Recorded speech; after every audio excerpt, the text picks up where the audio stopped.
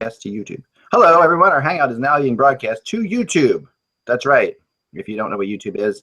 Yeah, was there a changeover today because like some system default or something like that? Yeah, we can't use our effects anymore or something, right?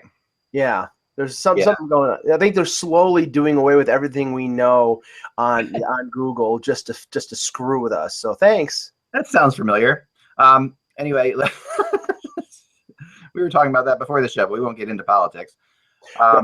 Yeah, slowly getting away with everything we know just to screw with us. Sure, why not? All right, so let's get right into it today because my phone has been ringing off the hook. We are back in rumor land, kids, and it's happening. I mean, we are now just about a month and a week away, so it's starting to accelerate. It's my favorite time of the year. Yeah, it's a great time of year, and let's get right to it. The date is got it.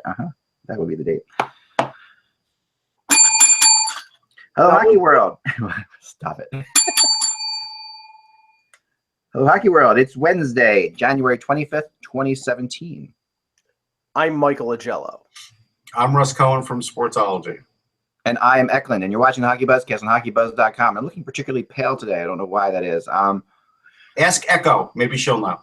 Yeah, where is she? You can change your name now. You can just as an aside, there's you could always call it Alexa or you could call it Echo, and now they did a really cool thing that you can call it computer, which is awesome. Computer, what time is just right out of the window? But she's missing. You don't even know where she is. Yeah, I know. No, it's right out of Star Trek. I know where she is. She's under the table. I put her there because I'm just saying that's where she is. I didn't expect that answer. Okay. So someone else called her the woman in the tube. I like that. Anyway, we'll get back to her later. Let's get into hockey news. And we have something breaking right off the top here.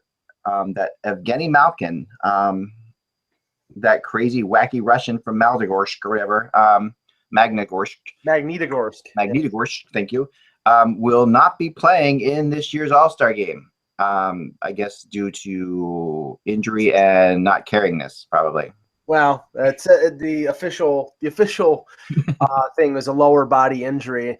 Usually it's Crosby who bows out, but Crosby is on every advertisement of he's going. Hockey Goes Hollywood, and it's got this like dual thing with him and Ovechkin. I'm like, okay, he has to go. There's no way he can beg off unless he lost his arm or something like that. So, but I guess Malkin, I mean, I don't know. I didn't see the injury. I just know that Mike Sullivan came out and said it's a lower body injury. He's going to miss the last game before the break, which, I guess that's the price you pay. If this is sort of like some chicanery going on here and they don't want him to play. So he misses one game and then he misses the break. Okay. All right. Well, we've seen this before, and every year we have somebody who does this, right? So it has been Crosby, but not it's not usually Crosby. I mean, Crosby has played in All-Star games as well, but two or three. Yeah, 2 or 3. Yeah. I mean, he wasn't invited last year, remember? So right. He didn't have a very good start, so he wasn't but then and the one before that he did bail on. So, but that was injuries as well, they said, or whatever. I mean, I it's a shame. It's always a shame for the kids that are going to these things. I really think everybody wants to see the stars. But let's get right to, the debate, because there are plenty of other players, who deserve to go to this All-Star game. And what this does do, is open up a possibility for somebody else to go who I've got 2. Go ahead. Yeah. Well, let's say this. Let's just say this off the top. Because Crosby is going, the Metro Division will not run into the problem of you have to pick somebody from a certain team. So it frees them up to basically pick the best forward available. I say go either Cam Atkinson or Michael Grabner. Yeah. Yeah. I mean, they're both having fantastic years. I mean, I don't care about reputation. Like, All-Star game means if you're an All-Star, if you have All-Star numbers at the time that the game is taking place, then you are worthy of being an All-Star that year. Like, that's the way it works. You go back in every other sport, you could find guys on the All-Star team that maybe only had 1 or 2 great years, but they're still deserving to be on the All-Star team. Now, I'm not looking at the list, Russ. Who is it? Is it just McDonough? Is that who's the? Yeah, it's just McDonough. Okay, all right. Because if it was McDonough and say Lundqvist, I think then It's Atkins. Okay, so yeah, but I believe Bobrovsky is. It's Bobrovsky. They have a poster just when you thought it was safe to go back on the ice, and it's a poster of the goalies, and you've got Bobrovsky, and now I'm forgetting who the other two are. For the Metro, it's Holtby. Yeah. For the Atlantic, it's Rask and Rask. Right. Those are the guys on it. So there's no Lundqvist, and so now I don't know how many jackets are on there. Well, just Bobrovsky. That's what I'm saying. I thought there was one more, wasn't there? No, I mean. No. Okay. All right, then I think it should. Oh no! Wait! Seth Jones. Right. That's what I'm thinking of. Yeah. So that's where you might say, all right, Atkinson's got a few more goals, but maybe Grabner is deserving. It's going to be Grabner. They won't go with three. Yeah, I think it behooves them from a ratings point of view to go with a Ranger over a Blue Jacket. Not that I don't know that they think that way, but I think they do. I mean, I think that, and I think Grabner deserves it. I mean, both players. I mean, you could argue both players deserve it over maybe even some other guys who are on the team. But Atkinson's got 3 more goals. He does have more assists, but the thing that Grabner's doing too, he's got shorthanded goals. I think he has the most even strength goals in the league. I think that's what Grabner has because he doesn't get power play time. And they're right, Russ. I mean, both are the kind of things that like both should be going to the All-Star game this year. Like these are the kind of things that when you look back on your career, was he an All-Star? Yeah, remember that year he had that great end, that kind of thing. This is the kind of thing that both these players kind of deserve. Yeah. But they won't. Who knows if that'll be the case or not? But it'll probably be one of them. I'm sure we'll hear soon because I mean this has to happen pretty fast. Yeah. Yeah, like I said, Crosby's got 28 goals. Grabner's got 21. I think of Grabner's. He's either got I think he's got 19 that are even strength, 19 or 20. It could have to do, with like, who's got plans or whatever too. That also plays into it at this point because if they go to like Atkinson, he's got like a family reunion scheduled, or whatever. Right. That could always. But yeah, I think almost either of those guys you would think if they were invited to the All-Star game would go. They would find a way to get there, right? So. Yep. Which is what you want. You want players who really want to go. I mean, they would be excited. Both those guys would be exciting, right? That like Wayne Simmons is fired up about the All-Star game. Yes, I talked about. He is going to hit somebody at the All-Star game. Yeah, he is. He's going to be. People are going to. It's cool because I don't think people have any idea what Wayne Simmons is about. And what is cool about these All-Star games is you get a chance to see their personalities. And Wayne is a funny guy. Well, they have an idea of what he's about because they see him bothering their team players, so they know that. Yeah, you don't get the sense of humor that he has, which is very, very dry and very and at times, but funny. And he's just got he's a funny guy, and he's a leader in the locker room. He is a real leader. And I think this year he's gotten is a little bit more even keeled. Like in the past, he was way up or way down. I think he's kind of like in maturity has evened out a little bit, which is what the Flyers need in general. They've got a lot of way up and way down type players, so this is a good thing. And I'm sure he's fired up because he's a former King and he gets to go back down. Oh yeah, that's a big thing for him. I mean, he says that flat out. That's he wasn't supposed to make the Kings. He wasn't. He was like not a walk-on, but he was a low draft pick, right? He was like a 5th or 6th round draft pick. I want to say somewhere in there. I can find out. Yeah. Yeah, find out. Simmons, but I remember people didn't expect him to make the team. Like he was sort of a surprise when he made the team. So yeah. So while you're looking at that, we got to check this out because there's always competition, right? We have to compete against other podcasts, other web shows and stuff like that.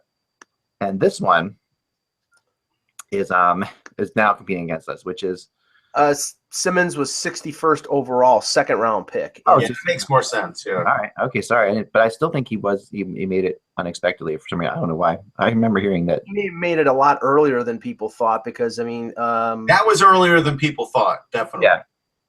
Right. That was drafted earlier than people thought he'd be drafted, right? Yeah, I mean he made the Kings in 2008, so he made it as a 19-year-old. Right. That was a surprise too. I guess that's a surprise. So now we're competing on Wednesdays at noon against this show, Soup and a Sandwich. Brian Campbell and then Terry Panarin are doing a web series on Wednesdays. So today's I haven't seen it yet, but today's is out, I guess. I'm not worried about it. I think we'll be all right, but I think this is very. I'm quaking in my boots. This is very creative on the Blackhawks part. Is.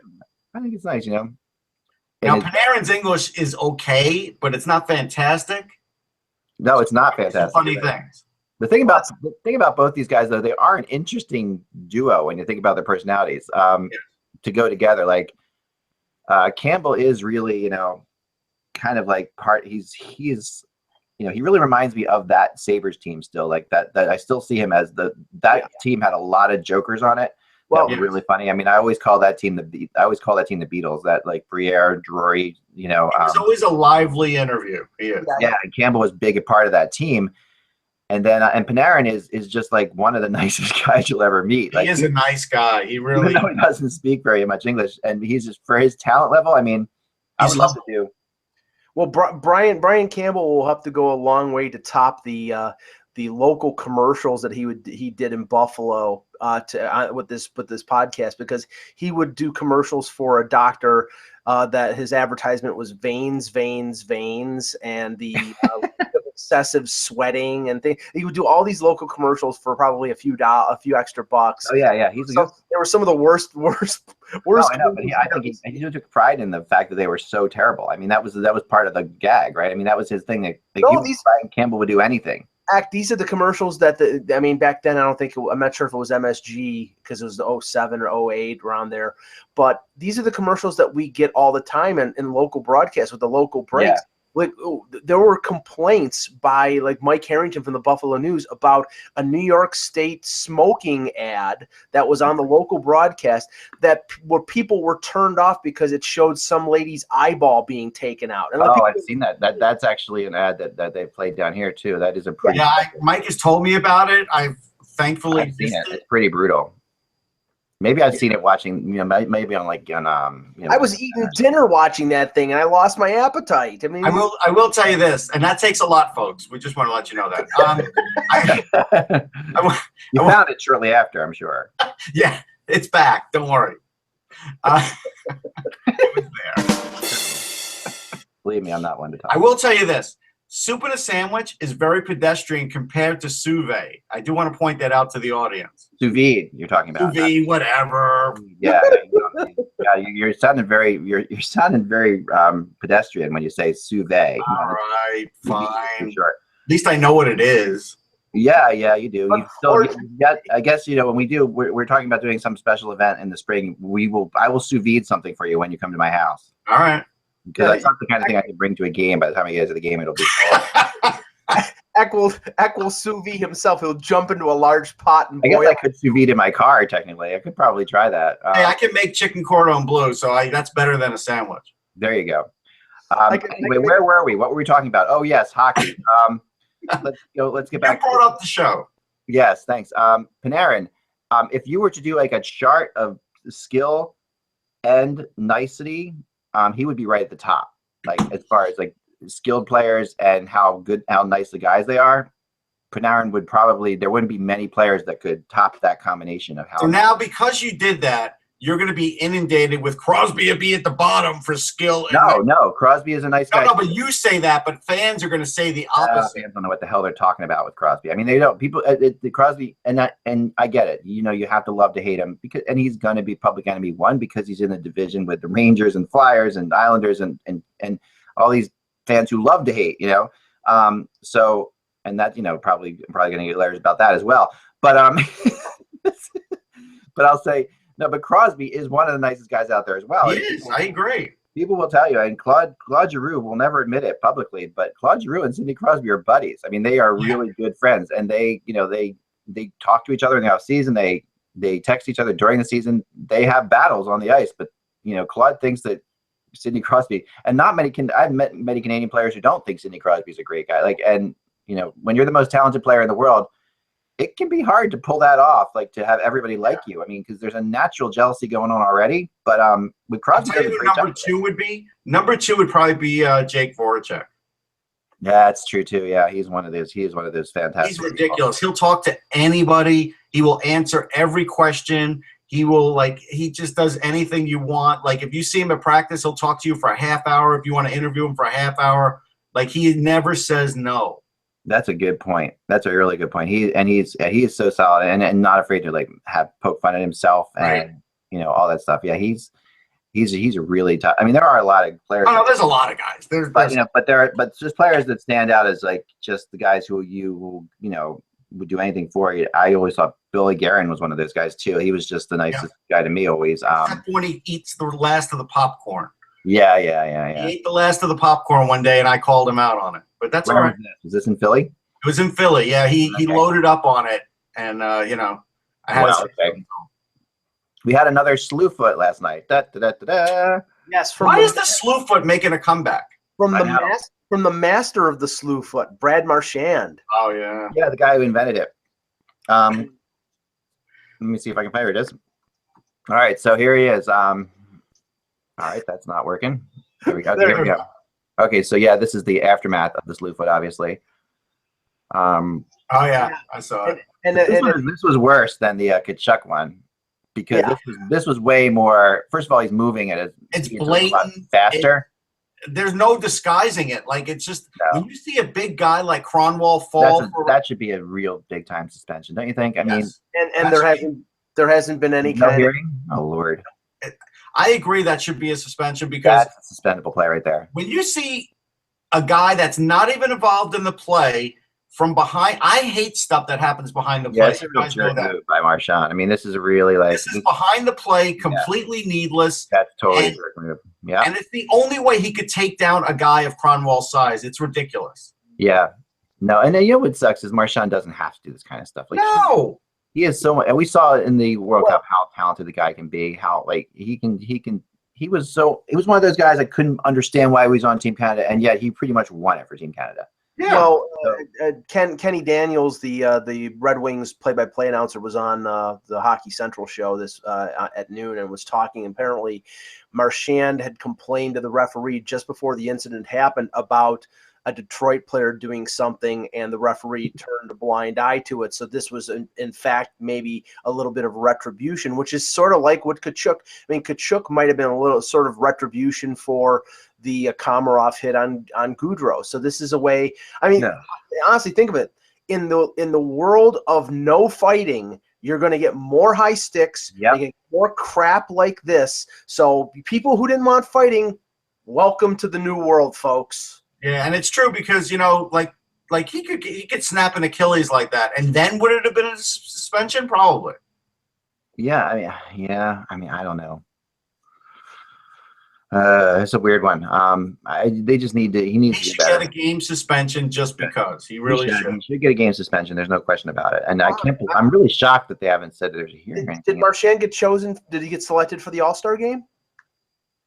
Ooh, good question. No, I don't think so. Okay. I think he did. Did he? I'll check, but I mean, Rask is one of the Bruins, but I think he's the only Bruin. I think. I'll check. I don't know.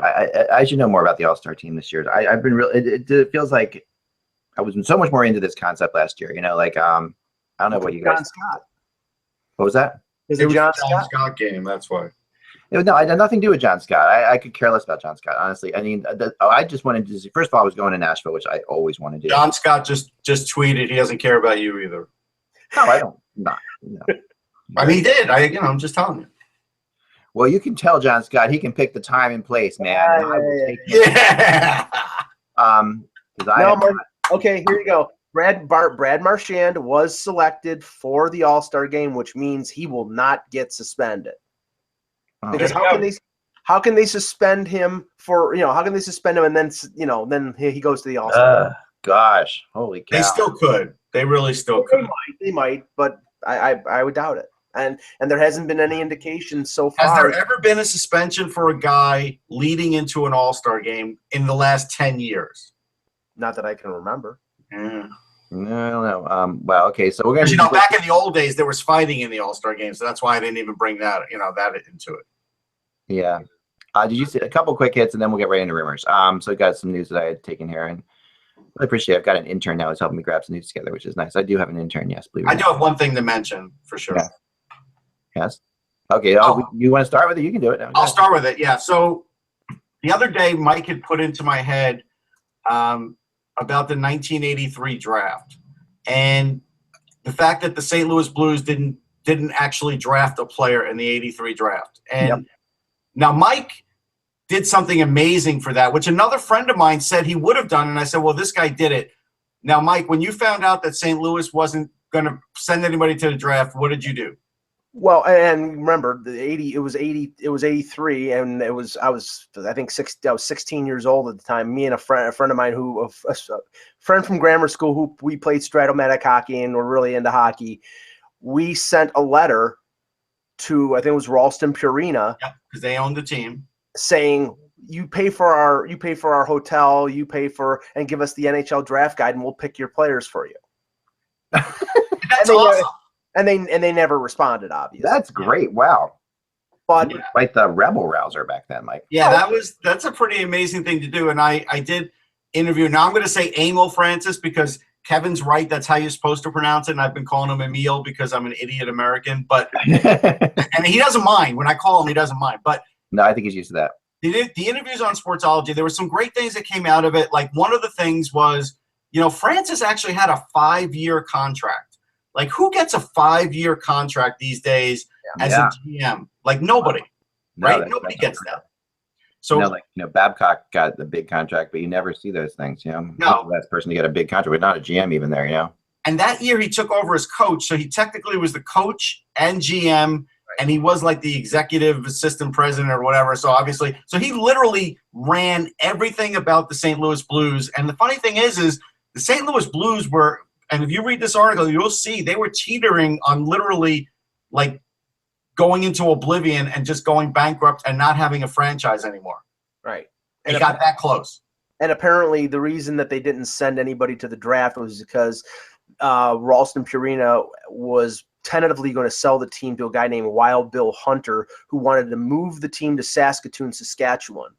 And the NHL would not allow them to move to Saskatoon. So as a protest, I guess, they decided, which is bizarre. It's like, I'm going to protest by hurting my franchise further. Right. And right. And that's what they ended up doing. Now, the thing was that they had traded, I believe, their first and second round draft picks. So the first pick that they had would have been in the third round, but there were still players.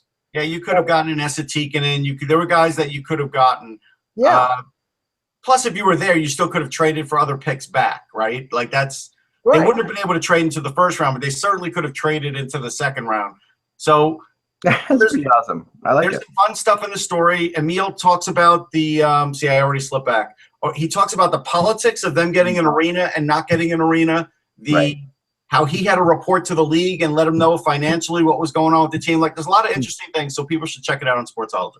Yeah, and the one thing that Russ had mentioned to me off the air was the fact that Emil Francis was looking at the St. Louis draft table where the draft was, as a member of the Hartford Whalers, and looking that there was nobody at the St. Louis draft table, which is just bizarre.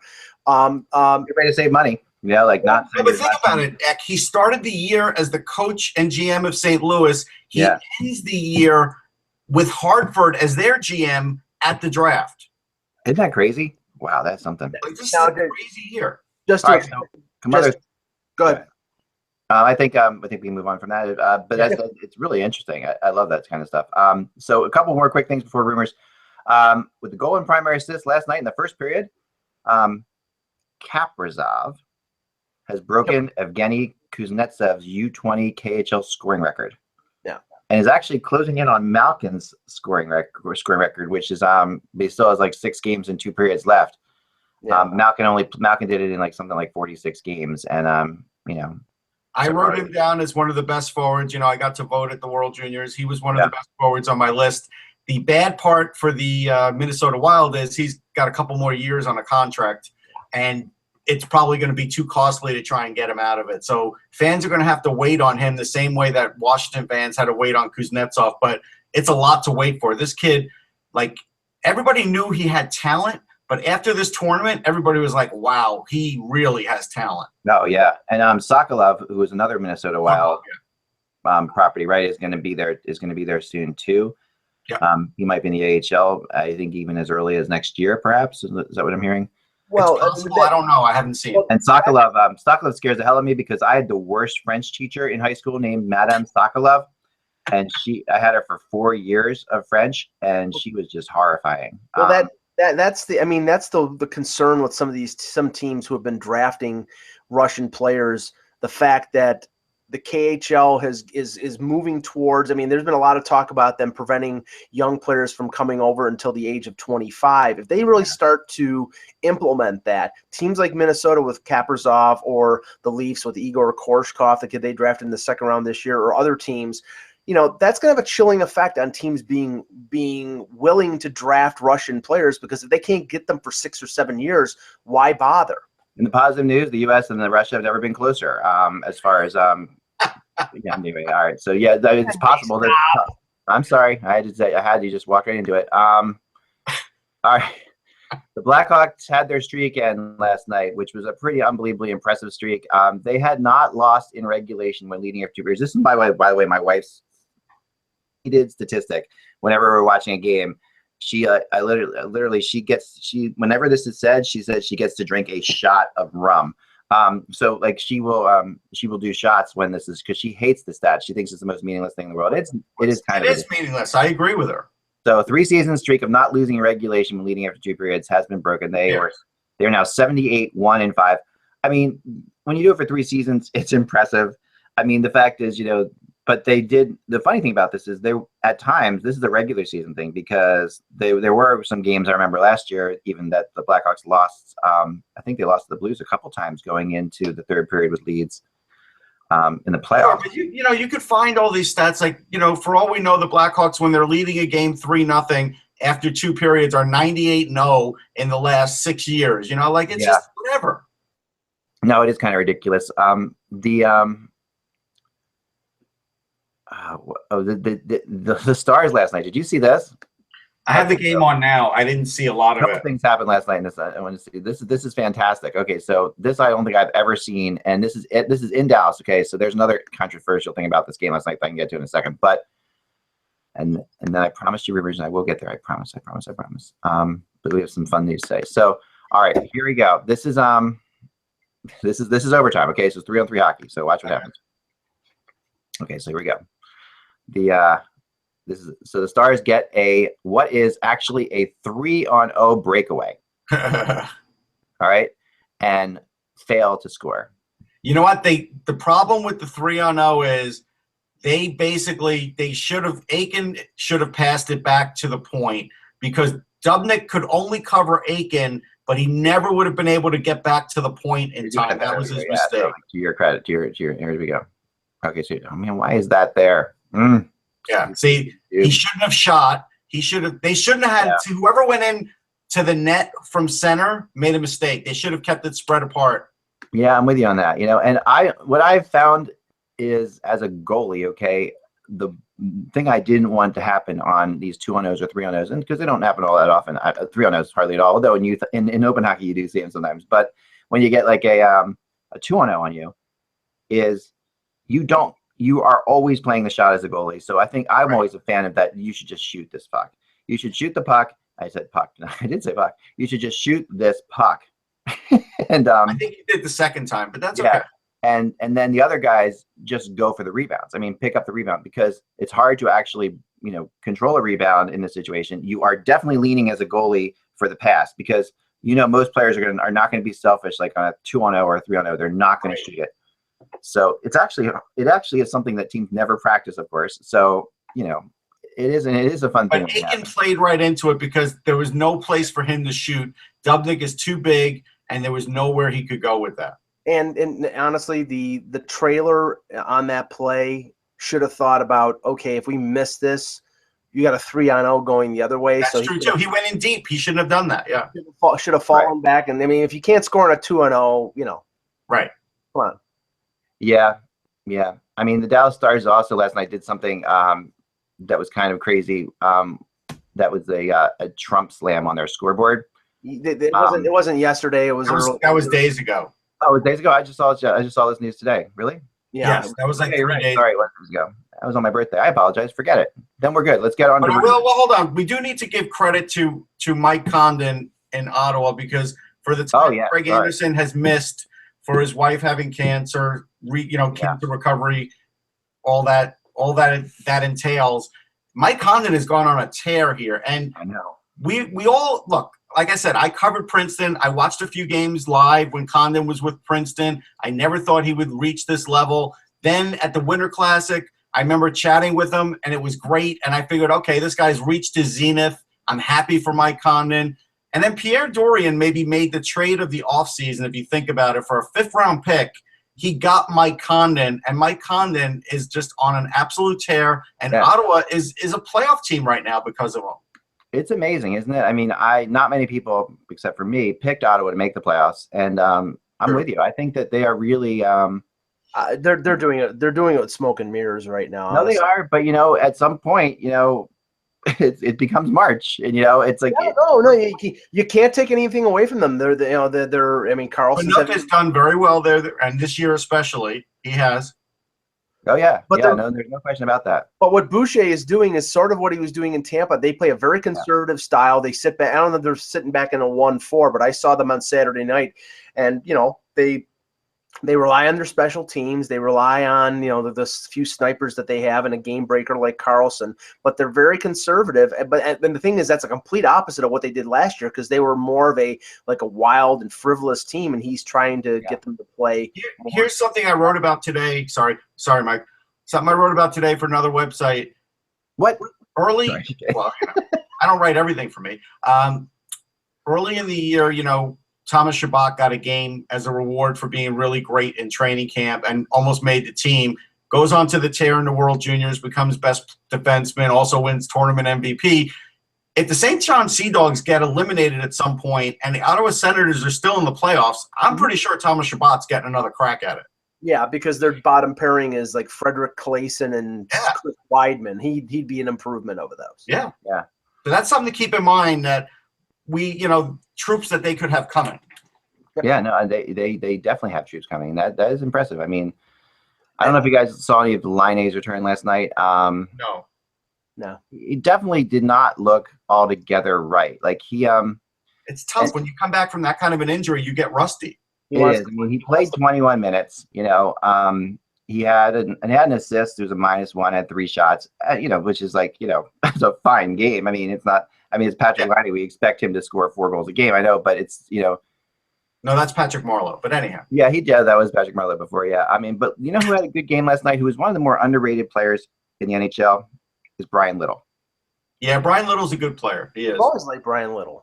Yeah, me too. And even as a thrasher, I mean, he's one of these. He ranks up there with the nice guys too. He's another one of those. Oh, very much so. Very much so. That's not my intern, Mike. I just saw what he said. Okay, so let's moving on to rumors. Okay, because I updated all 19 players and added 1 to my rumor chart. So let's get into the rumor chart. I'm going to bring it up today, like I don't very often do. Is we're going to have to bring up the rumor chart for the show here. So let me do this. It's funny. Like over the last 2 days, I started to really get that sense that things were starting to stir. And I have a really good friend who is a GM who predicted this. They said there's going to be a lot of BS this year before the actual trades go down, because there's a lot of jockeying going on and there's teams feeling things out, and then Vegas has power, that people don't even realize that we're starting to see. And it's interesting now because I don't believe, and I was trying to find this out, if you can actually trade a player to Vegas. You can trade a player who's not an NHL roster player. Who's not playing right now, right? Like if the guys in the minors, you can trade them to Vegas. Right. Because Vegas doesn't have an AHL team yet, of course. So no, but I mean, after Vegas players playing? There are no Vegas players, right? There are no Vegas players. But after this, after the regular season, if a team is eliminated, or if a team, if their minor league team is eliminated between now and June, I believe that they can trade players to Vegas. It was all dependent on Vegas, I guess, paying the last installment to be a complete franchise. Once that was done, they could operate like a franchise. Oh, really? They had to pay off their bill first? Yeah, that's. I heard that reported. So yeah, that's the same way. Like Verizon, like when they give you like that credit card for re-upping, they're always like, well, you got to make that next payment before you get that credit card, your free credit card. I guess I didn't realize the NHL did the same thing. The funny thing is, though, I did hear that along with, once they paid off their bill, they not only got off the hook, they got a complimentary buffet. So they did. Okay, you got to figure they would. There was that. Right? Was that at that World Buffet in Vegas? That's pretty good. But no shrimp. I'll say yes. I'll just say yes. I don't know why. It's an alternate fact, but I'll say yes. I think that's true.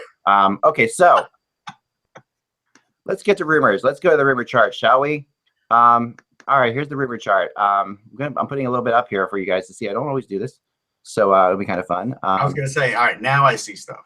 Okay, so you're going to see stuff here. I'm going to find it. Okay, I've got the wrong thing up. Hold on one second. So the one at the top of the list.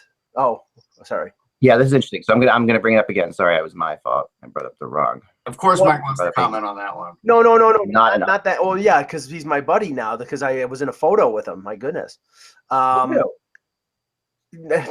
If you, I sent you a copy of it, Ak. Jeez. There was a friend of mine sent me. Apparently, there was the Leafs do a documentary on their website. Okay. And Nazem Kadri was the focus of the documentary. And when I was covering the game in December against Pittsburgh,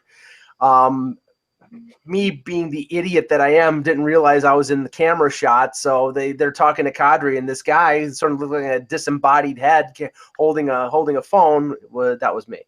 Okay. So the guy. So often I don't, but he's not on the list because I gave you the wrong thing. So this is the actual list. Okay. Often I don't, this is not something that you would get unless you paid up with Hockey Buzz. But since you're watching the Hockey Buzzcast and we love you very much, we're going to give you 4 players today for free, and go with 4. And we're going to try to do that every day. A couple players, 3 or 4 players. Today, we're going to start with the Michael Neuwirth rumor. Okay, so all right, this is a strange one, I think, in some ways. Remember now that I had heard the Kings were interested in Neuwirth, but of course the Kings. But that was a while ago, yeah. Getting great goaltending, and even though Quick is still delayed, I still hear the Kings. It's not impossible that if things still turn sour, that the Kings wouldn't look at Neuwirth as a possible option. But it doesn't seem like that's where they're going to head. Right. And then suddenly, out of nowhere, come the Dallas Stars. And when I thought about it at first, I'm like, that doesn't make any sense, And I haven't yet to talk to Bill Meltzer about this, so I need to, because Bill Meltzer covers both teams for our for Hockey Buzz, so he would be the person to talk to on this one. But I did talk to somebody else who's familiar with the situation, so to speak. So are you going to basically say it's going to be Antti coming to Philly? That would be ironic. Yep, that would be ironic. So what do you get with that? So you move Neuwirth out, right? You're going to lose him anyway. Right. You give Dallas a guy who potentially could help them in Neuwirth, but at the same time, he's not a definitive thing. So you could sit there and you could say, okay, is this Mason? But I don't. There's also a draft pick coming, by the way. So this is not just a straight up trade. This is the Flyers would also get something out of this beyond that. Well, and Dallas would have to eat salary. They'd have to eat some salary, and they would also have to give the Flyers a pick. I was told, like a 3rd rounder, nothing giant, but something like that. Right. But the Flyers would then get a goalie who's under contract this year and next year, right? Which does kind of fill into the idea that we were talking about before, what the Flyers would like to do. Like not go 5 years with a goalie. They would probably rather go. They probably would rather go 3 years than just 1 year. But it doesn't totally. If there's a place, because we've talked about Dallas really wanting desperately to move a goalie and not being able to do so. If there's a place that makes sense, it might be Philly for Dallas. I mean, in that way. Yeah. Well, the difference between Niemi and Neuwirth's salary, Niemi's making 4.5, and Neuwirth is making under 2. I think it was 1.5, but I'm just checking right now. 1.6. So you got a difference there of almost $3 million. You would probably have Dallas. They would probably have to retain at least 30% of Niemi's salary, and that would be for both years. So if that's the case, then you could bring in Niemi and he could be your 1B, because unless either you're keeping Mason or you go out in the free agent market and you bid on Ben Bishop as before, and you would have a backup who's making a little more than normal, but it wouldn't be onerous. And if that was the case, then that might make sense. Or you got to remember, Lettinen has a little bit of a history in Philly too, because in 2005 during the lockout year, he was in the Calder Cup Finals against Antero Niittymaki. Right. He was with the Wolves. Niittymaki was with the Phantoms, and the Phantoms beat him. So he actually. And also, don't the Flyers have like the best record out of any goalie in the NHL against Kari Lettinen? I think isn't there some crazy statistic? I'm not sure. I think he's never won in Philly or something like that. There's something that. Time he was playing for the Hideous Thrashers. I know, but I remember that even though it was that, I remember that I think even as a star, I got to check it out. But it could be true, because I kind of remember him having hard luck here. There was definitely hard luck here. So let's but that's the thought. Also, I got Minnesota and Chicago in there. Really just I've heard their names mentioned, but they're fading out of the system. The picture here. Man, I am sorry. Ate too many shrimp today. Just kidding. We had I don't know what that means. Is that no, my wife decided that we had shrimp going bad, so I got like this letter in like with a sticky note on it. Eat this shrimp today. You guys ever get this?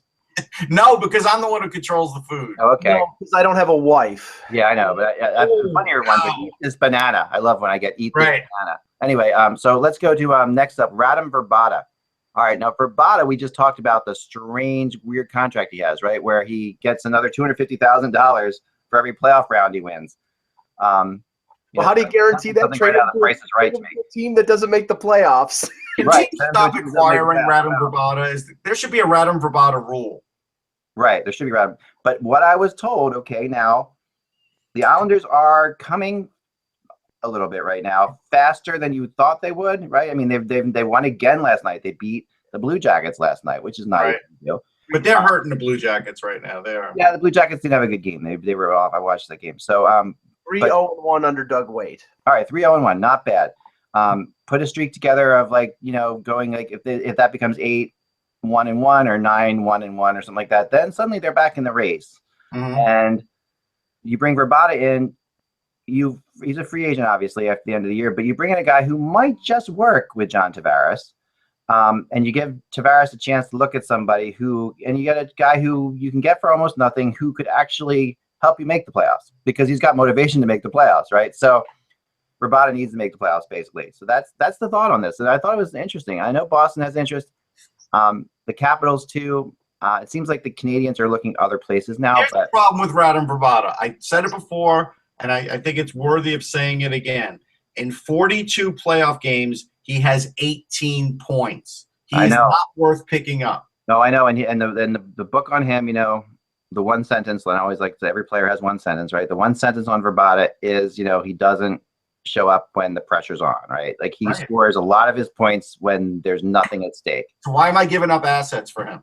Yeah, I mean, who knows what you have to give up for him, though? You might not have to give as much as you think. So, because I think this is Phoenix. Phoenix has been pretty good about culling the, assets. Yeah, but I mean, what asset are you really gonna have to give up? You're gonna have to give up probably a second-round pick, or one of the young defensemen that they have. Not Pulock, but a Mayfield or I'm not doing it.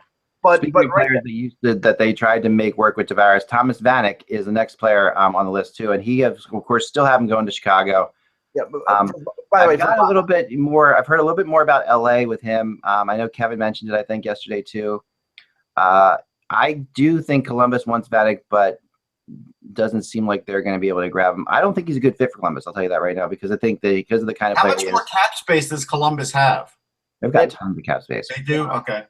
They're silly with cap space. I mean, what they could actually spend is another story, right? But they have, as far as cap space, right? Well, that's what I mean. That's what I'm getting. I think they're like at $6.5 million or something like that, right? They have a little over $9 million in cap space. Over $9 million. What could they spend? What would they be allowed to? I think that this team is. I mean, when you're the Blue Jackets ownership right now, and you see how this team is doing, and you realize that the money is made in the NHL in the playoffs. I think they could go to the cap. I wouldn't be shocked if they went to the cap for last month of the season. I mean, it's not like they're going to the cap. They definitely could give more assets than even the Blackhawks. Yeah, and they have the flexibility. Remember, they have the flexibility with the David Clarkson contract, which they have not put on LTIR. It's only on IR. They have another $5.25 million that they can kick into long-term injury. So if they wanted to make something big and load up, which they probably won't do, but if they wanted to, they could. They have the flexibility to do so. Well, one last thing. On a 1-year deal or a 2-year deal? Vanek's on a 1-year deal, $2.6 million. Yeah, so they won't go that heavy because he's only on a 1-year deal. Well, I'll tell you, because we're just Verbata's got 33 points right now. Yeah, but it doesn't matter. It's regular season. I know, Russ, but they see that the people look at it. They don't look at it that. I mean, it may be cosmetic, but they don't look at it that way. They don't. I seriously doubt that they're looking at how many points the guy is scoring in playoff games because in most playoff situations, he's a third line guy. He's not. That's like saying you're really good at street hockey, but I saw how you did in that bubble hockey. I would never pick you up in that bubble hockey, ever. Oh man, what life-size level hockey beat? I Yeah, was that was scary. I was tanked. No one looked good that day though. It was really crazy hot, except for Jillian, of course, who always. Yeah, and I was wearing a dress shirt and slacks. Yeah, that's the perfect thing to wear in a 95-degree bubble. Lester Patrick wore the same thing when he played. Don't make excuses. Yeah, that was and there's no global warming, right? So anyway, that was really a hot day. All right, so the let's go to the sorry. Verbata is this, okay? Verbata, to me, Verbata, the only question that remains in my mind is, hey, is Vancouver just going to not be sellers at all? Are they going to try to, because they right now are looking like a playoff team, which is insane. I mean, Russ called this though. Russ was always been high on Vancouver. I don't know if you put him in the playoffs, but you said they were going to battle for it. None of us thought they were. Right. Here is an indication of how Arizona is handling, the sell off of the players that they have. Elliot Friedman reported in his 30 Thoughts yesterday that the offer that they made that was discussed between them and Montreal for Martin Hansel was Michael McCarron, a first-round pick, and a conditional pick. Oh my Lord! No way. Nobody's doing that. I know. That's what. But that's since right now, 5 weeks out from the deadline. You've got 2 sellers, maybe 3. They can be ridiculous like that because maybe somebody will pay that. What happens? By the way, the reason I bring up Vancouver is not. I know Verbata is not on Vancouver, but I've heard that Verbata. Someone's like, oh, I know he's not on Vancouver. We're looking at the thing right now. Okay, I'm not that idiotic. But no, I've heard his name mentioned as well with Verbata, and that was strange to me because he had played there before. Right, and he scored 30 goals with the Sedins, so it's not out of the question. Exactly. So that's why. Wait, what would happen to the universe if 1 week Elliot Friedman had 32 thoughts? Would he have to hold those thoughts over to the next column? Yes. Yes, I know it's happened to me because there have been days when I've had 3 thoughts, and on those days I just take a nap because that's all I can think of. All right, so finally. On this list today, let's go back to this because I just. Oh, it's Jacob Trouba. It's Jacob Trouba, right? So I want to bring up who I have Jacob Trouba going to. All right, so here's Trouba, right? Okay, so yeah, that's Landeskog. You got a bonus Landeskog. Nope. You're not good enough. Just kidding. $20, okay, that Landeskog. All right. Your intern's got to get on those 3,059 private messages. You think so? Yeah, no, I answer them every day too. That's just from last night. All right. Thanks, Mike. I'm sorry. Appreciate it. I'm sorry. Let's cut this out for a second. Trouba, now that you've seen it, and I can prove it's true, I hear the Bruins, okay, with the Trouba still, and that makes the most sense. I mean, obviously Detroit makes a ton of sense, but I have just heard that there's frustration there that Detroit has tried a bunch of things and hasn't gotten anywhere. Now, this is not to say, that it won't happen. And many people, including myself, at the end of the day, think he's probably just going to end up back in Winnipeg. Here's the thing. I think you're missing a team on that list. I like the list. I think you could add the New York Rangers to that list. Yeah. Maybe. I mean, we've talked about Jeff Gorton is definitely looking to upgrade the top 4. They could trade Brady Shea. They could trade Kevin Klein. Like, there's guys they could trade with affordable contracts with term to a team that doesn't have a guy with much term. And I don't think Trouba would turn down a contract in New York if he liked where he was playing, which I'm pretty sure he would. No, he would love it. I mean, he would. Players love playing for the Rangers. I'm pretty sure this is a guy that the Rangers are interested in. I think that if it happens with Trouba, it happens not now. Like with the Rangers, I think that Trouba, and I still believe deep down, I wrote this, that Trouba will probably end up, more or less going at the draft, or perhaps even next year's trade deadline. So it's definitely a summer deal, and I know you had Toronto on there at I think 15%. Yeah, I did. I think any deal involving Toronto and Winnipeg would involve a guy like Jake Gardner because he's from Minnesota. They've loaded up on Minnesota players because Minnesota is not too far from Winnipeg. So that's sort of like if you can't play for the Wild, you play for the Jets. That's the Winnipeg slogan, by the way. We're like Minnesota, only colder. Right. So, but it would, Trouba would. Although they've never done a movie feeling Winnipeg. Nobody's ever done that movie. Nobody ever will do that movie. Go ahead. No. Thank you. I'm sorry. Mike is trying to make coherent. What am I saying? Coherent points. Coherent points. And I can't even say that. Trouba would be the perfect right-hand shot for the Leafs on their top pairing with Morgan Rielly. The only question that's been out there, and I don't know how true it is, and it was sort of an urban myth, so I don't know if it's actually true that he doesn't want to play in Canada anymore. I mean, if that's the case, then that you can write off Montreal or anybody else. I just don't think Winnipeg's going to trade him now. I think it's going to be a summer deal or a draft deal, but not a deadline deal. Don Cherry will find out if he doesn't want to play in Canada. Don't worry. Right. And finally, he's on the list, but he's down a little further. I'm going to talk about Anthony Duclair again because I've heard more stuff involving him. As you know, he's been sent down to the minors. Has anybody tracked how he's done down there? I didn't. No, I'll look it up. But anyway, I had heard the Rangers ironically tied him again, but that quickly went away. Because the person who said to me, I almost didn't think they were serious. And they're like, oh, I'm totally serious. And I still don't think they were. So, 1 goal in 2 games for Duclair. Okay, so but I have heard the Islanders, and this is the Islanders. This is the Islanders play. This is completely a good play for the Islanders. I agree. Yeah, this is where this is who they should go for. Ryan not Strome for Anthony Duclair. Yeah. I mean, I think Anthony Duclair, in Brooklyn with the Islanders, that's a great fit. He would be, and he's such a, he is such a skilled player, and he's the kind of player that, he needs to play with skilled players. As we saw, he was a different player with or without Domi. So you got to keep him in there, and you got to find him. Now, the Canadians and he can kill the Rangers for years to come. Yeah, he can kill the Rangers. It just seems poetic, right? So, but how perfect that would be. We were talking yesterday about how perfect the Shattenkirk for Bishop deal. How perfect would a Ryan Strome for Anthony Duclair deal? Two players who need a new start.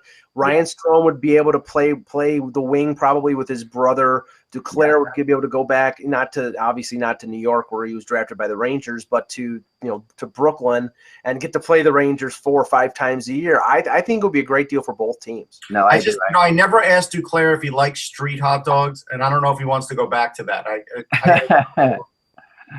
Well, that's a good one. I also heard the Canadians, Flyers, and Penguins connected with Anthony Duclair. So.